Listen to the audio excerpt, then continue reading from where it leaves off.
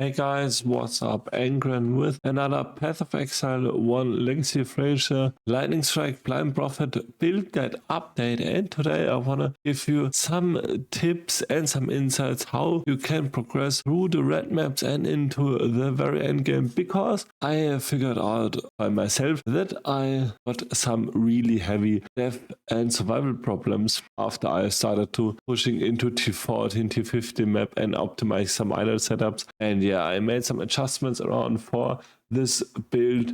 Still, it's based on the Fubgun POBs, so still huge appreciation for him. But I want to show you now the gear updates and of course the skill tree updates that help me the most. So first of all, let's gonna start again with our gear. So the very first important thing that you need to do, upgrade your claw with a good claw with a high lightning damage and cold flat damage value, and also increase attack speed. That is really important because this will skyrocket your damage. I paid around 1 divine orb, so you should go at least for like 250 plus lightning damage and also 150 plus cold damage. If you don't have the currency yet to get a good claw, you can also go 2,000 into the black market and start to gamble some random claw to get your claw setup going. So this was the first thing that brought me the most update. Also, always look that you have an open suffix or open prefix modifier, so you can also modify it with your crafting bench. Also, I did take the lycosite because our hits cannot be evaded now and we don't need any accuracy rating. You want to update this with the swollen shield in the very end game, but it costs around 12 divine orbs and that's really expensive. So that's a pretty good update for like, I think 25 chaos, at least it was like 2 or 3 days ago. So but before we're gonna jump into the details of the build, please leave a like and a sub on my channel. I would appreciate it a lot. Also ask some questions in the comments down below if you're gonna have some of them in the video, and also follow me on Twitch and on my TikTok where I will also stream weekly. After you acquired these two updates, it is also still important to still maintain your max elemental resistance, but it is also important to get your case stress up. As you can see, I am still having minus case stress right now, so this is also an important topic, but we will come to that later. For the next unique items, trade yourself a Marilane's Fallacy. It will cost around 30 to 40. It will give you a huge global crit strike multi, and also your critical strikes have culling strike, but you have 40% less crit strike chance. We can counter this with some really nice skill tree additions like lethality and also the nodes into them, and also the horned prey, so we're gonna have an increased critical strike chance against bleeding enemies, and our attacks have a chance to cause bleeding, and we also have another 80% increased critical strike chance against bleeding enemies. So after that, what things you should prioritize next? It is good to get 2 taming rings, but you need kinda some requirements for it. First of all, get yourself a good 6-link body armor. You should get it for around 30 to 40 C. It is not that expensive any longer. Get yourself chance to suppress spell damage. Also try to get evasion rating and also energy shield. That can be really expensive, so get the evasion rating and armor instead for the beginning before you invest heavy into the 2 or 3 divine orbs. So yeah, you can get one with evasion and armor rating for,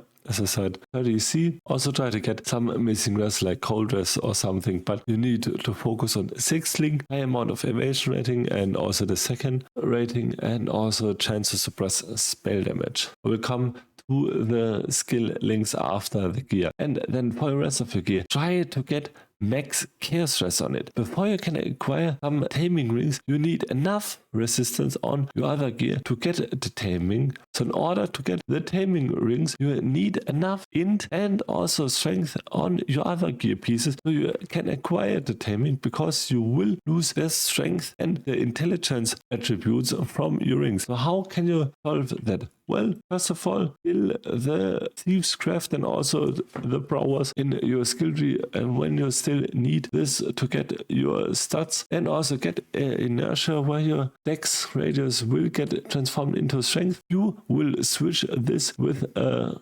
timeless tool in the later stages, where the nodes will also give you more strength, but it is a really cheap solution for that. It costs around 5C right now. A timeless tool can go up to multiple divine orbs. And after you got the strength through your inertia, also get some intelligence on your other gear pieces. So I don't even need strength on my belt. You only need like strength on your gear if you don't have the inertia, and instead get some int on your gear. As you can see, I have int on my helmet, and I also got some int on my skill tree and on my skill tree here above. So that should be enough that you can finally acquire the taming rings, and these are really good. These will give you high amounts of ALRS, and it will also give you a good amount of damage because we're gonna chill, shock, and also ignite now. So these are kind of the upgrades that are really cheap, and after that you can get a better claw with better stats, a better helmet with even more chaos res, boots with more chaos res. Also for your anoint of your amulet, go for higher voltage, so you will get increased critical strike chance against shocked enemies. It will be in the top corner. It is Ember and 2 indigos. It is around 3 to 4C. It is also important to get projectile spears and additional target on your gloves, or if you don't have the currency yet to get it on your gloves, get it on your skill tree, the piercing shot, so projectiles pierce 2 additional targets. And for a Pantheon, that is really important. Get the Soul of the Blind King and get all upgrades. You will get the chance to avoid being frozen at a T60 map. I believe when you capture the boss with your divine vessel, just get your map in your map slot and then put the divine vessel into it, then kill the boss and then proceed. And if you're of like side, you don't need the blind one, you can take whatever you want. And after that, you can upgrade your skill tree with a cluster tool, and then you will get a larger cluster tool with these 3 modifier: veteran, defender, Broad's defense, and martial prowess. And then you will also get these nice nodes. It will give you increased attack speed, and some will give you a chance to block attack damage, increase attack damage while holding a shield, and also more increased damage with ailment from attack skills. And also get a medium cluster tool with pressure points, so crit strike chance have 5% chance to deal double damage, and also increase crit chance, and also increase damage, and also increase crit chance again. And then also get some crit strike multi with your other tools. And also, as I said, you can get yourself a swollen shield, and then also for the and then also get more chaos res and also more damage from your gear. The flask, until you have a dying sun, get a divine life flask with immunity to bleed. Also get a jade flask with immunity to freeze and chill during effect, and also chance to gain a flask charge when you deal a crit strike damage. Get a silver flask, so you will get onslaught and also increase evasion rating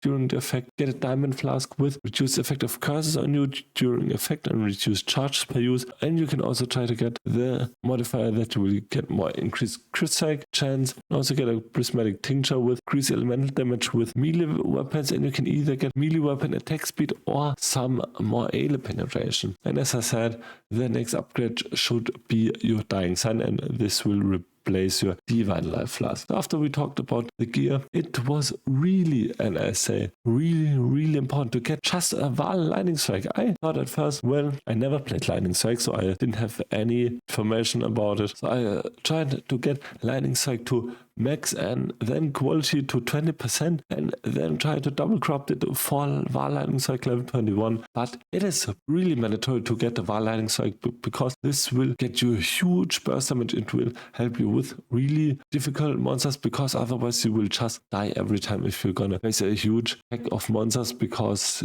we're gonna need to get into melee range. So get a Val Lightning Strike. It is pretty cheap, 20C. Only get one with quality if you have enough currency for it. And also for your other links, get added cold damage, elemental damage with attack support, inspiration, trinity, and multi-strike. And for the other things, they didn't change. It is like in the last video, I got willing blades with fast attacks, life tap, and rage support. Blood rage. For your blood rage gem, only take the blood rage gem if you are not in the dual setup craze. We're gonna leech life, and we also, so this is also really nice, and it's always up. We have anger in here, but we're only gonna make it if we have our Enlightened setup going. Right now it is only slotted in so I can prepare for Anger. Also get yourself a Wrath Aura Steel Skin with life tap and automation support, so it will trigger automatically, and also get Assassin's Mark with Mark on Hit and life tap support, and you can also get Frostblink with Bone Chill support and Unbound Ailments. And if you want for more defense approach,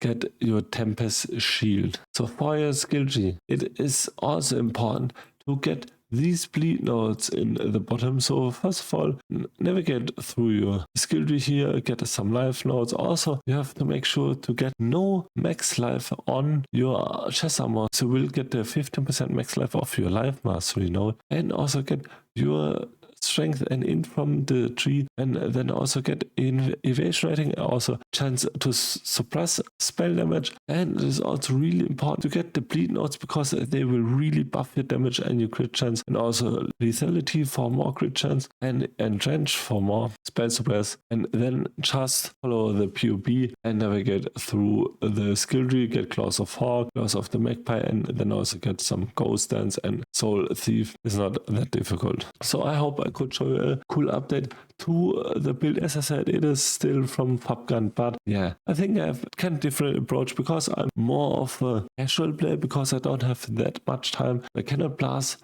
until the T17 maps right away, and I will maybe face some struggles that some more normal players also have. I hope I could provide you some good information for your build, and if you have any further questions, please ask them in the comments down below. And if you like this video, please leave a like and a sub, it would boost my channel tremendously. And until the next video, bye!